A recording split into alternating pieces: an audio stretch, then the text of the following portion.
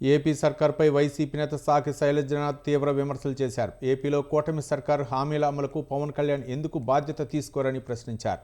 సనాతన ధర్మం అంటున్న పవన్ కళ్యాణ్ ఇచ్చిన హామీలను అమలు చేయరా అంటూ నిలదీశారు. శాంతి భద్రతల నిర్వహణలో చంద్రబాబు సర్కారు విఫలమైందన్నారు. అలాగే కక్ష సాధింపు చర్యలు మానుకుని హామీలను అమలు చేయాలని కూటమి నేతలకు సూచించారు.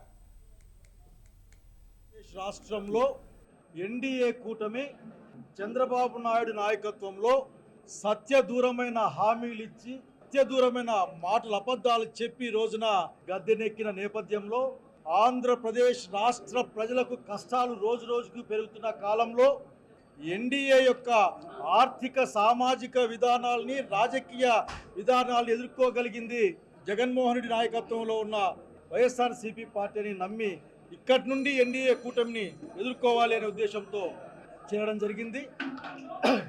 ఈ సందర్భంగా మీతో ఒక మాట చెప్పాలనుకుంటా ఉన్నా. రాజకీయాలు అన్నది అందరికీ చెప్పాలనుకున్నా, ఈ జిల్లాలోను ఈ రాష్ట్రంలోను కూడా రాజకీయాలు అన్నది ప్రజల సంక్షేమం కోసమే కానీ ఏదో ప్రతీకారాల కోసం కాని సంగతి అధికార పక్షం గుర్తుపెట్టుకోవాలి. మిమ్మల్ని గెలిపించింది మీరు సూపర్ 6 అమలు చేస్తారని, సూపర్ 6 అమలు చేయలేని డబ్బులు లేవని మాట్లాడిన బాబు గారు, సీఎం గారు గౌరవంగా అడుగుతా ఉన్నాం మిమ్మల్ని.